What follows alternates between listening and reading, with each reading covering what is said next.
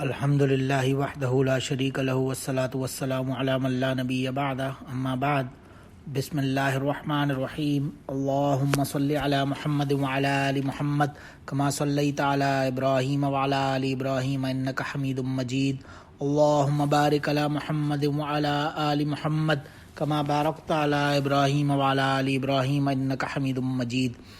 عن شداد بن اوس قال سمعت رسول اللہ صلی اللہ علیہ وسلم من صلی یرائی فقد اشرک ومن صام یرائی فقد اشرک ومن تصدق یرائی فقد اشرک او کما قال علیہ الصلوۃ والسلام. یہ ایک روایت ہے. حضرت شداد بن اوس رضی اللہ تعالیٰ عنہ فرماتے ہیں کہ میں نے رسول اللہ صلی اللہ علیہ وسلم سے فرماتے ہوئے سنا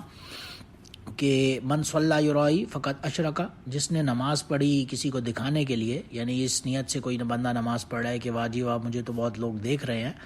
تو فقط اشرکا، اس نے شرک کیا.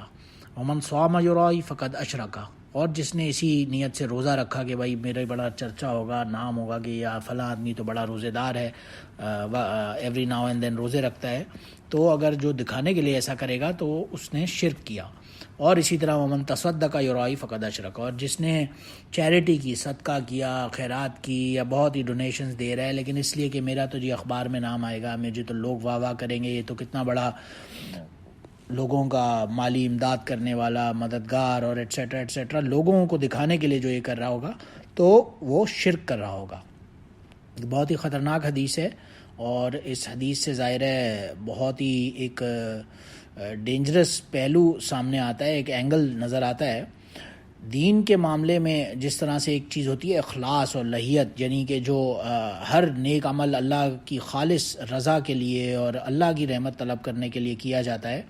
جس طرح خالص اخلاص جو ہے وہ ایمان اور توحید اس کا ایک تقاضا ہے، اور ہر عمل کی جان ہے، اس کا نیوکلیس ہے. اسی طرح یہ ریا اور جو سمعو، یعنی کہ مخلوق کو دکھانے کے لیے یا دنیا میں شہرت اور نام حاصل کرنے کے لیے نیک عمل کرنا، یا یہ بالکل ایگزیکٹلی ایمان و توحید کے اپوزٹ، اس کے منافی ہے اور ایک قسم کا شرک ہے. یعنی کہ ان اے وے کہہ سکتے ہیں کہ اخلاص کا بالکل دی ادر اپوزٹ ہے. اور اس روایت کے حوالے سے ایک تو ظاہر ہے آف کورس یہ بات سمجھنے کی ہے کہ حقیقی شرک جو ہوتا ہے، جو ایکچوئل جسے شرک کہا جاتا ہے، وہ تو آف کورس اللہ سبحانہ و تعالیٰ کی جو ذات یا صفات کے اندر آبویس طریقے سے کسی کو شریک ٹھہرانا، اس کو اصل میں شرک کہا جاتا ہے. یعنی اللہ کے سوا کسی اور کی بھی عبادت کی جائے، اور کسی دوسرے کو، کوئی بتوں کو پوج رہا ہے، کوئی دوسرا کوئی کسی کو اللہ کا بیٹا مان رہا ہے، ایٹسیٹرا ایٹسیٹرا، کسی دوسرے کی سے ہوپ لگانا یا دعا کرنا یا آف کورس مدد مانگنا، وہ بھی ایک طرح کا شرک ایکچوئل ہوتا ہے. اور اسے حدیث میں جب ہم دیکھتے ہیں تو وہی اصل میں شرک حقیقی، یا اسے شرک جلی بھی کہا جاتا ہے، یا شرک اکبر بھی کہا جاتا ہے. سب سے بڑا جو شرک ہوتا ہے وہ تو آف کورس ان الشرک لظلم عظیم، یہ تو سب سے بڑا ظلم ہے اللہ کے ساتھ کسی کو شریک ٹھہرانا. لیکن اس حدیث کے اندر ایک دوسرے قسم کی شرک کی بات آف کورس ہمیں نظر آتی ہے کہ اس کے اندر شرک کا تھوڑا بہت شائبہ، یعنی کہ ایک مشابہت، یعنی کہ ریزیمبلنس نظر آتی ہے. انہی میں سے ایک یہ بھی ہے کہ ریاکاری کے لیے عمل کیا جائے، نیک کام اللہ کی رضا جوئی اور اس کی رحمت طلبی کے بجائے لوگوں کو دکھانے کے لیے کی جائے، اور اس نیت سے کیا جائے کہ جی لوگ بڑا مجھے عبادت گزار سمجھیں گے، بڑا نیک بندہ سمجھیں گے، اور اس لیے کوئی بندہ رات بھر مصلی پہ لوگوں کو دکھانے کے لیے بیٹھ رہا ہے، یا ہر دوسرے دن روزے رکھ رہا ہے، ایٹسیٹرا ایٹسیٹرا. اور اسے حدیثوں کو جب ہم حدیثوں وغیرہ کو اسٹڈی کرتے ہیں تو اسے شرک خفی بھی کہا گیا ہے، یا دوسری روایت سے پتہ چلتا ہے اسے شرک اصغر بھی کہا گیا ہے، یعنی کہ چھوٹے لیول کا شرک. بٹ آف کورس یہی شرک ہے، جیسے کہ سورہ کہف میں بھی آتا ہے جب وہ دو آدمیوں کی جو سٹوری آتی ہے، اور وہ دونوں گئے، اور ایک اللہ کا نیک شکر گزار بندہ تھا، اور ایک تھا جو اپنے پیسے کی دولت، اپنے باغات، اپنے مال دولت اور اولاد کے اوپر اکڑتا تھا اور اس لیول کے اوپر صرف کوئی بیسکلی شرک اکبر یا شرک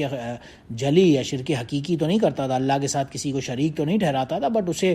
اپنے دل کے اندر ایک پرائیڈ، ایک تکبر تھا اور وہ بس اس میں اللہ کا شکر ادا نہیں کرتا تھا۔ اس کو اس کے ساتھی نے کہا کہ بھائی تم ماشاء اللہ لا قوت الا باللہ پڑھا کرو اپنی نعمتوں پر، بٹ وہ کہتا تھا کہ نہیں، وَلَئِن رُدِدتُّ إِلَىٰ رَبِّي لَأَجِدَنَّ خَيْرًا مِّنْهَا مُنقَلَبًا، کہ نہیں جی اللہ نے مجھے تو دیکھو نا اس دنیا میں اتنا کچھ دیا ہے، مال دولت جائیداد اولاد، تو اللہ سبحانہ و تعالیٰ آخرت میں بھی، یعنی اس کا مطلب یہ ہے کہ میرے لیے بہت ہی اچھا بندوبست کر کے رکھا ہوگا۔ اور پھر سب کچھ ہوا اور طوفان آیا اور سب کچھ غرق ہو گیا، خاک میں مل گیا، اور وہ اپنی ہتھیلی اپنی رگڑتا رہ گیا، اور پھر اس نے کہا یا لیتنی لم اشرک بربی احدا، کاش میں نے اللہ سبحانہ و تعالیٰ کے ساتھ کسی کا کوئی شریک نہ ٹھہرایا ہوتا، لم اشرک بربی احدا، اللہ کے ساتھ کسی کا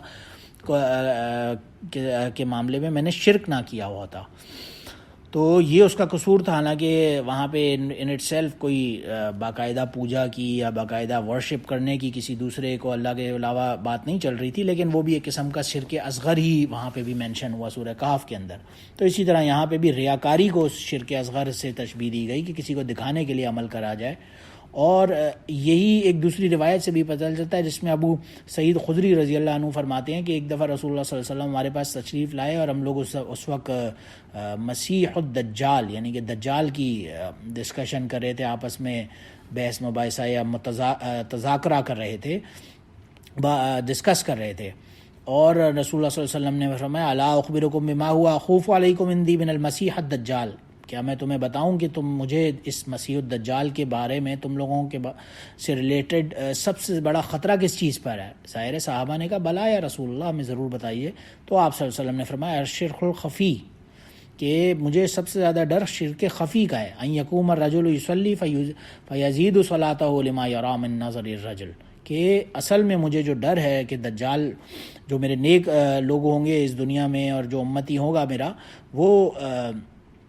دجال انہیں کھلے شرک کی اور کفر کی جو دعوت دے گا تو اس میں وہ میرے نیک لوگ ظاہر ایکچوئل شرک تو نہیں کریں گے، لیکن مجھے زیادہ خطرہ اس بات کا ہے کہ میرا جو لوگ ہوں گے وہ اس قسم کے ریاکاری والے شرک میں یا شرک خفی میں مبتلا ہو جائیں گے، کہ آدمی جو ہوگا وہ نماز رات میں کھڑا ہوگا پڑھنے کے لیے یا کسی بھی وقت، اور وہ نماز لمبی لمبی کر رہا ہوگا، بڑا لوگوں کو دکھانے کے لیے، کوئی خشوع و خضوع لوگوں کو پورٹرے کرنے کے لیے بہت ہی ہائی طریقے سے پڑھ رہا ہوگا کہ بھئی لوگ مجھے دیکھ رہے ہیں، تو یہ شرک خفی کا مجھے زیادہ ڈر ہے میری امت کے معاملے میں۔ اور سنن ابن ماجہ کی ایک دوسری روایت میں بھی پتہ چلتا ہے کہ رسول اللہ صلی اللہ علیہ وسلم نے ایک دفعہ اپنی امت کے شرک میں مبتلا ہونے کا خطرہ ظاہر کیا، تو ظاہر ہے بعض لوگوں نے، صحابہ کرام رضی اللہ تعالیٰ عنہم نے عرض کیا ہے رسول اللہ کیا ایسا ہوگا کہ آپ کے بعد آپ کی امت شرک میں مبتلا ہو جائے؟ آپ صلی اللہ علیہ وسلم نے فرمایا نہیں، مجھے اس بات کا تو اطمینان ہے کہ آف کورس کوئی میجر شرک اکبر یا شرک جلی جسے کہا جاتا ہے، جسے کیٹاگورک اللہ کے ساتھ شریک ٹھہرانا، وہ تو نہیں ہوگا، لیکن میری امت شرک خفی کے اندر مبتلا ہو جائے گی، یعنی ریاکاری وغیرہ میں مبتلا ہو جائے گی، لوگوں کو دکھانے کے لیے اعمال کرنا شروع ہو جائے گی۔ اور ایک یہ شرک، اسے شرک اصغر کیوں کہا گیا، اس کا پتہ ہمیں ایک دوسری روایت سے بھی چلتا ہے کہ ان اخوف ما اخاف علیکم الشرک الاصغر قالوا یا رسول اللہ وما الشرک الاصغر، کہ رسول اللہ صلی اللہ علیہ وسلم نے فرمایا کہ میں تمہیں بتاؤں مجھے جس چیز کا ڈر ہے تمہارے معاملے میں شرک اصغر کا، تو اور صحابہ نے پوچھا تھا کہ کیا وما الشرک الاصغر، یہ کیا ہے شرک اصغر؟ اس پر کیٹیگورکلی آپ صلی اللہ علیہ وسلم نے فرمایا الریا، یہ شرک اصغر ہے، یہ اصل میں ریا ہے، یعنی کہ اسے جو ریاکاری ہے، دکھاوا ہے، لوگوں کو پورٹرے کرنے کے لیے عمل کرنا ہے، یہ شرک اصغر ہے۔ تو اس سے بچنے کی بار بار تنبیہ کی گئی، کیونکہ جس عمل میں بھی شرک کی ذرا سی بھی آمیزش ہوگی وہ قبول نہیں ہوگا، ذرا سی بھی ملاوٹ ہو گئی اگر شرک کی تو پھر وہ جتنا ہی اعلیٰ اور افضل اور اکرم عمل ہوگا وہ اللہ کے نزدیک وہ خدا نخواستہ ضائع ہونے کا خطرہ ہو جاتا ہے۔ اور اسی کا پتہ ظاہر ہے ایک دوسری روایت سے بھی ابو ہریرہ رضی اللہ عنہ کی چلتا ہے، جس میں حدیث قدسی ہے کہ اللہ تعالیٰ نے فرمایا انا اغنی الشرک شرکائی عن الشرک، کہ میں سب شرکا سے یعنی کہ شریک کیے جانے والے سب سے بڑا اغنی ہوں، مجھے ان کی پرواہ نہیں، میں ان سے بڑھ کر ہوں۔ اور فمن عمل عملا اشرک فیہ معی غیری ترکتہ وشرکہ، کہ جو کوئی اس نیت سے عمل کرے گا کہ وہ میرے علاوہ کسی دوسرے کو بھی خوش کرنے کے لیے کرے گا، چاہے وہ کوئی انسان ہو، چاہے وہ کوئی دوسرا ہو، کسی کو بھی دکھانے کے لیے اس نیت سے عمل کیا کہ بھئی وہ بندہ بڑا میرے بارے میں واہ واہ کرے گا، کتنا نیک آدمی ہے جی، کتنی نمازیں پڑھتا ہے، ایٹسیٹرا ایٹسیٹرا، تو اللہ سبحانہ و تعالیٰ نے کہا میں اس کو بھی چھوڑ دوں گا اور اس کے ان شرکاء کو بھی چھوڑ دوں گا جنہیں دکھانے کے لیے وہ یہ کام کر رہا ہے۔ اور یہ بھی ایک دوسری روایت میں آتا ہے فَأَنَا مِنْهُ بَرِيءٌ هُوَ الَّذِي عَمِلَهُ، کہ میں بری ہوں، میں بالکل بری و ذمہ ہوں اس کے ان اعمال سے اور ان سب شرکاء سے جن کو وہ کرتا ہے۔ اور یہ ایک دوسری روایت میں بلکہ یہ بھی آتا ہے کہ اذا جمع اللہ الناس یوم القیامۃ لیوم لا ریب فیہ، کہ جس دن قیامت کے دن جس کے بارے میں کوئی شک کی بات ہی نہیں ہے، کیٹیگورکلی جب وہ قیامت کا دن آئے گا تو نادا مناد من کان اشرک فی عمل عملہ، ایک پکارنے والا کوئی پکارے گا، من اشرک فی عمل، کون ہے کہاں ہے جس نے اس نیت سے عمل کیا تھا کہ جو دوسروں کو دکھانے کے لیے فلیطلب ثوابہ من عند غیر اللہ فإن اللہ اغنی الشرکاء عن الشرک، وہ انہی سے جا کے، یعنی کہ جس شرکاء کو دکھانے کے لیے وہ عمل کرتا تھا نیک آدمی، تو اب وہ جا کے اسی بندے سے اس کے اجر و ثواب لے، اور اللہ اغنا الشرکاء، اللہ ان شرکاء سے اغنی ہے، اللہ کو اس کی کوئی پرواہ نہیں۔ اور ظاہر ہے بہت سی دوسری ان ساری احادیثوں کو جب ہم اسٹڈی کرتے ہیں تو اس کا اصل جو کرکس ہے، جو اس کا مین نیوکلیس ہے نا حدیث کے میسج کا، وہ پیغام یہی ہے کہ اللہ تعالیٰ کے صرف اس نیک عمل کو قبول کرے گا جو اور اسی پر ثواب دے گا جو اخلاص کے ساتھ اللہ سبحانہ و تعالیٰ کی خاص رضا اور رحمت حاصل کرنے کے لیے کیا ہوگا۔ جو دوسروں کو دکھانے کے لیے عمل کیا ہوگا اس کی اللہ کے نزدیک کوئی اہمیت ہی نہیں ہوگی۔ اور یہ تو ایک معاملہ ہے کہ نیک اعمال اس نیت سے کیے کہ چلو جی میں نیک عمل کر رہا ہوں، اللہ مجھے اجر دے گا، اور لیکن دوسرے بھی میری واہ واہ کریں گے۔ ایک دوسرا اس کی بھی ورس کے سینیریو یہ ہے کہ کوئی عام کام کیا ہی اس لیے جا رہا ہے کہ بس دوسرے مجھے دیکھیں گے، اپنا حلیہ بنا لیا ہے، اپنے ایٹیٹیوڈ ایسا پورٹرے کیا کہ جی میں بہت ہی نیک آدمی ہوں، یا فار وٹ ایور ریزن کوئی عمل کیا صرف دوسروں کو دکھانے کے لیے ہی، اور اس میں اللہ کے ساتھ ثواب کی بھی نیت نہ ہوئی، تو پھر اللہ تو ان اعمال کو تو منہ پر مار دیں گے اس بندے کے قیامت کے دن۔ اور یہی اسی لیے ایک دوسری روایت میں حضرت جندب رضی اللہ عنہ فرماتے ہیں کہ نبی کریم صلی اللہ علیہ وسلم نے فرمایا من سمع سمع اللہ بہ ومن یرائی یرائی اللہ بہ، جو دوسروں کو اپنی واہ واہ کرانے، شہرت کے لیے یا دکھاوے کے لیے عمل کرتا ہے تو بس پھر اللہ اسے دوسروں سے ہی سنائیں گے اور اسے خوب مشہور کر دیا جائے گا دنیا میں ہی، اس کو اس کا معاملہ یرائی اللہ بھی، اللہ جو دوسروں کو دکھانے کے لیے عمل کر رہا ہے تو اللہ بھی اسے دنیا میں ہی دکھا دے گا، لوگ اسے دنیا میں ہی دیکھ لیں گے کہ کتنا بڑا ہپوکریٹ ہے، منافق ہے کہ بس عمل کرتا ہے تو دوسروں کو ہی دکھانے کے لیے یا سنوانے کے لیے، اپنی شہرت، اپنی واہ واہ کے لیے۔ لیکن ایک تو یہ عام آدمی کا معاملہ ہے، مگر ایک دوسری سٹیج پھر یہ ہے کہ یعنی اس سے بھی ورس کے سینیریو یہ ہے کہ کوئی دین کے نام پر دنیا کمانے اور اس کام پہ لگ جائے کہ کام تو جی میں بہت بڑا دین کا کر رہا ہوں، یہ دیکھو جی میں تو فلاں مدرسے بنا رہا ہوں، فلاں انسٹیٹیوشنز چلا رہا ہوں، رفاعی ادارے میں بنا رہا ہوں، اور میں دین کے نام پہ بڑا یہ جی دو میں تو دعوت دے رہا ہوں، میں تو یہ فلاں مدرسے اور فلاں دینی انسٹیٹیوشنز کے لیے کام کر رہا ہوں یا انہیں پروموٹ کر رہا ہوں، تو اس معاملے میں پھر وہ دوسروں کو اگر دکھانے کے لیے اگر کرنا شروع ہو جائے تو یہ تو پھر بالکل ہی ورس کے سیناریو آ جائے گا۔ اور اس کے بارے میں تو ابو ہریرہ رضی اللہ عنہ کی روایت سے پتہ چلتا ہے جس میں نبی کریم صلی اللہ علیہ وسلم نے فرمایا یخرج فی آخر الزمان رجال یقتلون الدنیا بالدین یلبسون للناس جلود الزان، کہ یہ جو لوگ ہوں گے جو لوگوں کو دکھانے کے لیے، دین کے نام پر لوگوں کو دکھانے کے لیے عمل کرنے والے، انہیں تو جلود الزان، ان لوگوں نے تو بھیڑیوں کا لباس پہنا ہوا ہوگا، ولف سے اس کی تشبیہ دی کہ انہوں نے اپنا حلیہ ایسا بنایا ہوگا، کوئی فلاں آدمی ہے جی اس نے وہ بہت ہی بڑا وائٹ ایک جبہ پہنا ہوا ہے، سر پہ امامہ، شولڈر پہ رومال، اور ایسا اس کا پریزنٹیشن ہے، اس کا حلیہ تو ایسا ہے کہ جی اس سے بڑا کوئی ولی اللہ نہیں ہے، لیکن وہ کام اس لیے کر رہا ہے کہ وہ لوگوں کو دکھانے کے لیے، دنیاوی فائدہ حاصل کرنے کے لیے کر رہا ہے۔ تو اس کی مثال تو ایسے دی کہ جلود الزان، یہ بھیڑیے کا اس نے لباس پہنا ہوا ہوگا، وولز کی کھال اس نے اپنے اوپر اوڑھی ہوئی ہے، اور یہ اس بندے کی مثال ایسی ہے من لین السنۃ واحلی من سکر، کہ اس کی جی زبان سے تو بہت میٹھا ہے، اچھا بھلا بول رہا ہے، لیکن اس کی اندر اتنی ہی کڑواہٹ بھری ہوئی ہے۔ تو بہرحال دین کی آڑ میں دنیا کا فائدہ اٹھانا اور مال حاصل کرنا، یا لوگوں سے جو بھی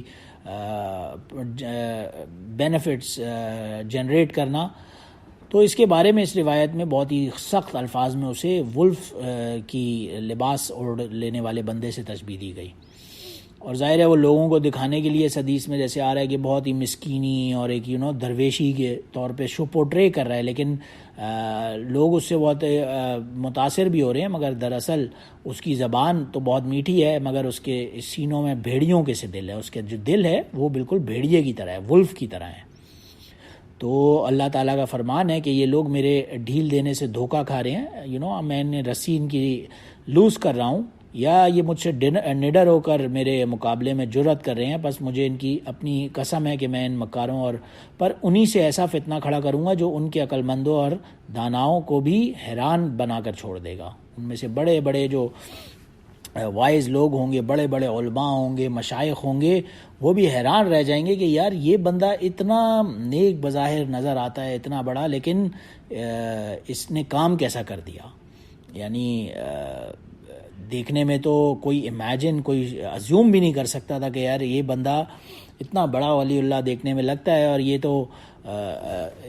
اللہ کے منتخب اور چوزن ونز میں نظر آتا ہے، لیکن یہ کیسے ہو گیا؟ اور یہ اللہ دنیا میں ہی پھر لوگوں کو حیران کر دے گا اس بات پہ۔ اسی لیے ابو ہریرہ رضی اللہ عنہ فرماتے ہیں کہ رسول اللہ صلی اللہ علیہ وسلم نے فرمایا تعوذوا باللہ من جب الحزن، کہ تم جب الحزن سے پناہ مانگو۔ اور نبی کریم صلی اللہ علیہ وسلم سے پوچھا گیا یہ جب الحزن کیا ہے؟ تو آپ صلی اللہ علیہ وسلم نے فرمایا یہ ایک جہنم کی وادی ہے، اس سے پناہ مانگو، کیونکہ اس سے تو جہنم کی وادی بھی فی کل یوم 400 مرتن، ہر روز پوری جہنم بھی جو ہے وہ اس سے 400 مرتبہ پناہ مانگتی ہے، تو تم بھی اس سے پناہ مانگا کرو۔ تو صحابہ کرام ظاہر ہے ڈر گئے اور عرض کیا کہ اس میں کون داخل ہوگا؟ اس پر رسول اللہ صلی اللہ علیہ وسلم نے فرمایا القراء المراؤون باعمالہم، یہ وہ جو قرآن تو ایسے لہجے میں پڑھتے ہیں، یا اتنی فلاں تفاسیر بیان کرتے ہیں، اور اتنی احادیثیں ان کو زیاد ہیں، اور اتنے بڑے وائز ہیں اور ریٹرز ہیں، لیکن لوگوں کو دکھانے کے لیے اپنے عمل کرتے ہیں۔ اور ظاہر ہے اس کے زیادہ عبادت کرنا، اور لیکن اس نیت سے کرنا کہ میں لوگوں کو دکھا رہا ہوں، یا قرآن کا جو علم ہے بڑا، میں تو بہت بڑا عالم ہوں، یا قرآن پڑھنے میں بہت ہی خصوصیت اور اپنا جو لہجہ ہے، اپنی جو قرأت ہے اس کو اتنا بنا کر جان بوجھ کر لوگوں کو دکھانے کے لیے عمل کرنا، اس کے بارے میں شدید تنبیہ فرمائی گئی، اور اسے کہا گیا کہ اس کا انجام تو جب الحزن میں ہوگا۔ اور یہ جب الحزن جو ہے یہ جہنم کی ایسی وادی ہے جس کے لیے تو جہنم بھی 400 مرتبہ روز پناہ مانگتی ہے۔ نعوذ باللہ من ذالک، اللہ سبحانہ وتعالی اللہم احفظنا منہم، ہمیں اللہ سبحانہ وتعالی ان سب چیزوں سے محفوظ فرمائے۔ کیونکہ ایک بہت ہی مسلم شریف کی کیٹیگورک روایت ہے جس میں ابو ہریرہ رضی اللہ عنہ نے بہت ہی ڈیٹیل طریقے سے ایک روایت بیان کی ہے کہ ان اول الناس یجزی علیہ یوم القیامۃ رجل استشہد فاتی بہ فعرفہ نعمتہ، ڈیٹیل روایت ہے جس کے اندر یہ پتہ چلتا ہے کہ قیامت کے دن سب سے پہلا جو فیصلہ ہوگا وہ 3 آدمیوں سے متعلق ہوگا۔ 3 آدمیوں کو سب سے پہلے اللہ سبحانہ و تعالیٰ اپنے سامنے کھڑا کرے گا، اور پہلا شخص جس کے خلاف قیامت میں کے دن فیصلہ ہوگا اللہ کی عدالت میں، وہ آدمی ہوگا جو شہید ہوا ہوگا، اللہ کے راستے میں جا کے اس نے شہادت حاصل کی ہوگی بظاہر دیکھنے میں، اور وہ اللہ کے سامنے پیش ہوگا وہ شہید، جو کہ لوگ یہی سمجھ رہے ہیں کہ یہ تو بہت بڑا جہادی اور لڑنے اللہ کے راستے میں نکل کے قربان ہونے والا شخص تھا جو اللہ کے راستے میں قربان ہو گیا، لیکن اللہ سبحانہ و تعالیٰ ایسے شخص کو سب سے پہلے قیامت کے دن اپنے سامنے کھڑا فرمائیں گے اور پوچھیں گے کہ بتاؤ تمہارے پاس کوئی عمل ہے جو تمہاری نجات کی جائے؟ تو وہ آدمی کہے گا ہاں اللہ سبحانہ و تعالیٰ میں نے تو آپ کے راستے میں شہید ہو گیا۔ اللہ نے کہا نہیں، تو 2 لوگوں کو دکھانے کے لیے شہید ہوا تھا، تو نے لوگوں کو دکھانا تھا کہ دیکھو میں کتنا بڑا بہادر ہوں، کتنا بڑا میں لڑنے والا اللہ کے راستے میں شہید ہونے والا آدمی ہوں میں، تو نے تو یہ دنیا کو دکھانے کے لیے اور اپنی بہادری کے چرچے کے لیے، فیم حاصل کرنے کے لیے لوگوں کے سامنے یہ کام کیا تھا، اور اسے اوندے منہ الٹا لٹکا کے جہنم میں ڈال دیا جائے گا۔ پھر اس کے بعد ایک عالم دین کو اللہ کھڑا کریں گے اپنے سامنے، اور اسے بھی یہی پوچھیں گے کہ تیرے پاس کوئی عمل ہے جو تجھے آج تیری نجات کرا سکے؟ وہ کہے گا اے اللہ میں تو دین میں دوسروں کو تعلیم دین کی دیتا تھا، اور قرآن خوب پڑھتا تھا، اور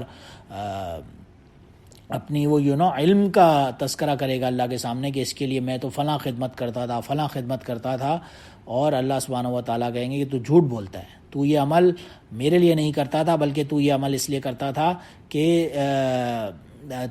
تیرا دنیا میں چرچا ہو، لوگ تجھے بہت ہی بڑا عالم اور قاری اور عابد کہیں، اس وجہ سے تو یہ عمل کرتا تھا۔ اور اسے بھی پھر اوندے منہ یعنی کہ اپ سائڈ ڈاؤن جہنم میں ڈال دیا جائے گا۔ پھر ایک تیسرے شخص کو کھڑا کیا جائے گا، اور وہ ایک بہت ہی بڑا غنی اور مالدار ہوگا، جو کہ بہت بڑا چیریٹی کرنے والا، اللہ کے راستے میں صدقہ خیرات کرنے والا آدمی ہوگا، اور اس سے بھی یہی پوچھا جائے گا بتا تو نے اپنا کوئی عمل ہے جو آج پیش کر سکے، اور وہ اللہ کے سامنے بہت ہی بڑھ چڑھ کر اپنے اعمال بتائے گا کہ میں تو اتنا صدقہ کرتا تھا، اتنی خیرات کرتا تھا، اتنی چیریٹیز میں میرا حصہ تھا، اور اتنی ڈونیشنز کرتا تھا، اور وہ بڑا ہی بڑھ چڑھ کر اپنے اعمال بتائے گا۔ اللہ سبحانہ و تعالیٰ اسے بھی یہی کہیں گے کہ تو جھوٹ بولتا ہے، تو نے ایسا نہیں کیا میرے لیے، بلکہ تو نے یہ دنیا میں لوگوں کو دکھانے کے لیے کیا، کہ دنیا میں بہت بڑا تیرا چرچا ہو، اخباروں میں تیرا نام آئے، لوگ بولیں واہ فلاں آدمی جو ہے یہ کتنا بڑا سخی ہے، کتنا بڑا لوگوں کی ہیلپ کرنے والا ہے، اور کیونکہ تو نے ریاکاری کے لیے ایک عمل کیا تھا، دوسروں کو دکھانے کے لیے کیا تھا، اس وجہ سے تیرا یہ عمل بھی قبول نہیں، اور اسے بھی اٹھا کر اوندے منہ جہنم میں ڈال دیا جائے گا۔ اللہم احفظنا منہم، اللہ ہمیں ایسے لوگوں میں بننے سے بچائے۔ کیونکہ حضرت ابو ہریرہ رضی اللہ عنہ اس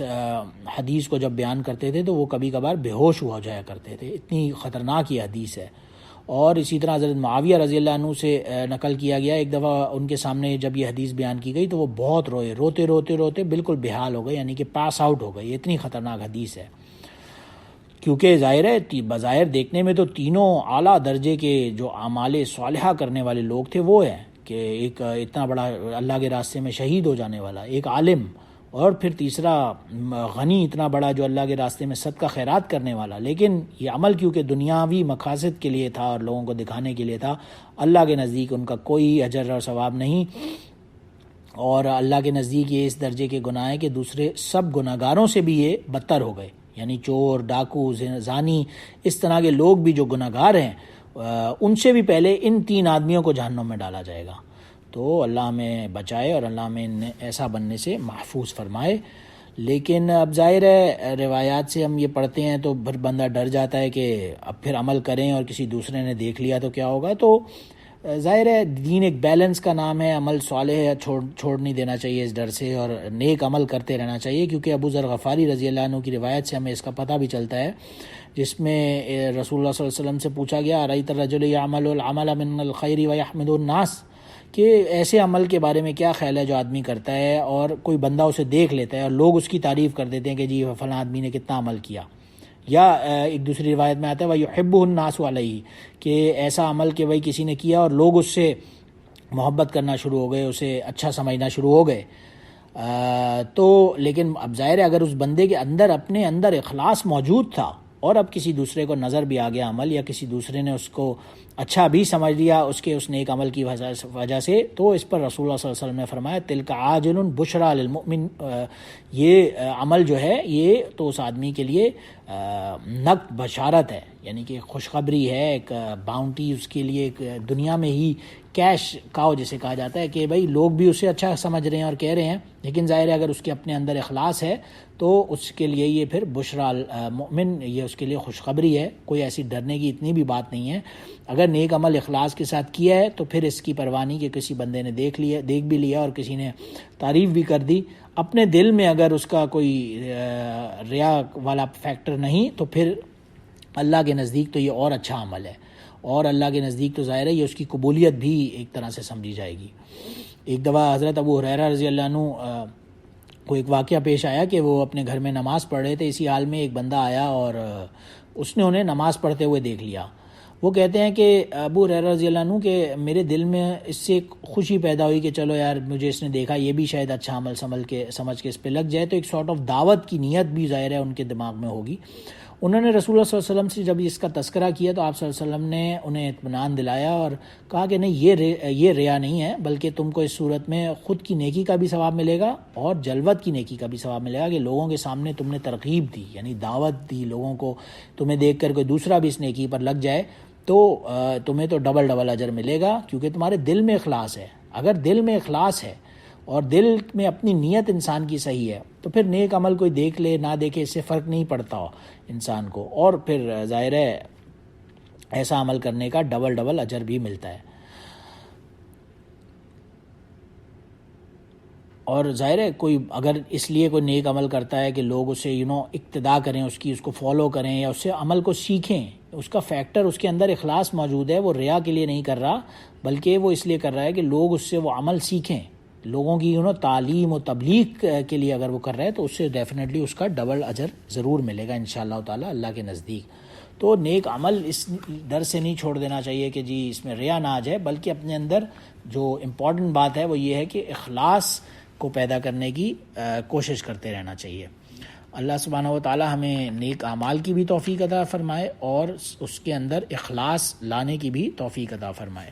سبحان ربک رب العزت عما یصفون وسلام علی المرسلین والحمد للہ رب العالمین۔ سبحانک اللہم اشہد ان لا الہ الا انت استغفرک واتوب الیک۔